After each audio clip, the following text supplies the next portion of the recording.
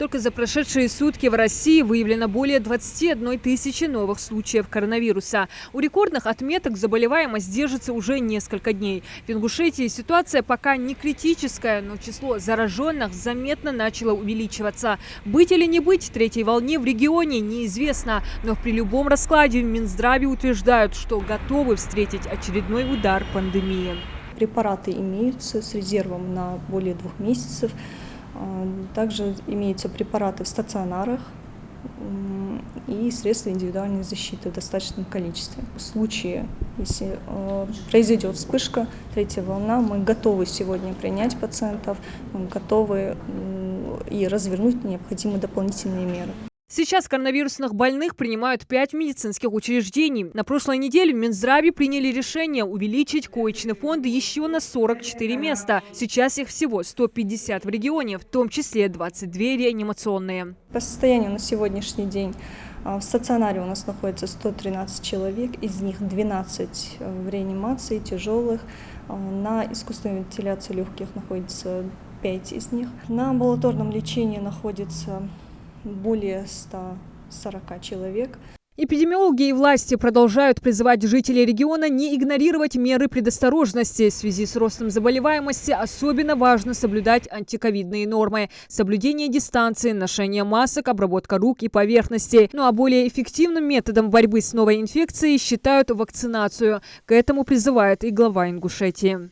Надо что-то делать, говорить людям. И у нас смертность, видишь? Потому что взрослые люди, сопутствующие болезни, понимаете, это не шутки.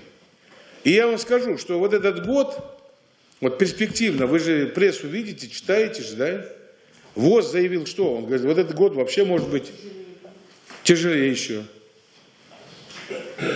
Я не знаю, ну, вакцинацию. Вот. А вакцинация – это самое главное. Тем временем увеличиваются поступления в ковидные отделения. Так, в Назрановскую городскую больницу только за последние 3 дня поступило 15 больных. Если еще только месяц назад их было максимум 3. А это, как отмечают медики, высокая цифра для региона. Сейчас на стационарном лечении НГБ находится 54 человека. 3 из них тяжелые на ИВЛ. Это связано с тем, что мы не соблюдаем изоляционно-ограничительные меры, не соблюдаем масочный режим.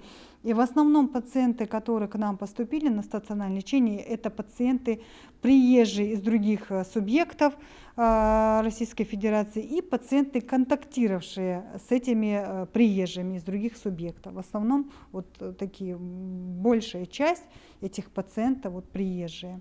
С оборудованием в регионе нет проблем, заявили в Минздраве. Медучреждения с инфекционными отделениями оснащены всеми необходимыми аппаратами, в их числе и НГБ. Здесь в период пандемии был закуплен компьютерный томограф, в здании 15 аппаратов ИВЛ и не только. В палатах проведены и установлены дополнительные кислородные клапаны.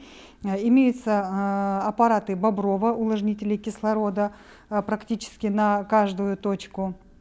Вот. Постепенно увеличиваем и штат медицинских работников. Мы получили и аппарат УЗИ, получили аппарат КШС, работает в рабочем состоянии. Правда, в Малгобекской центральной районной больнице компьютерный томограф временно отсутствует. В связи с этим Минздравом определена и утверждена маршрутизация, в соответствии с которой пациент направляется в другие медучреждения. Местные врачи уже не боятся третьей волны, они к ней полностью готовы. В случае увеличения ковидных поступлений только в НГБ намерены задействовать целый корпус, а это более 270 мест. Всего в регионе с начала пандемии числится 16 105 заболевших, выздоровевших 15 659, 193 смертельных случаев. Диана Дударова, Магомед Шаухалова, Новости 24.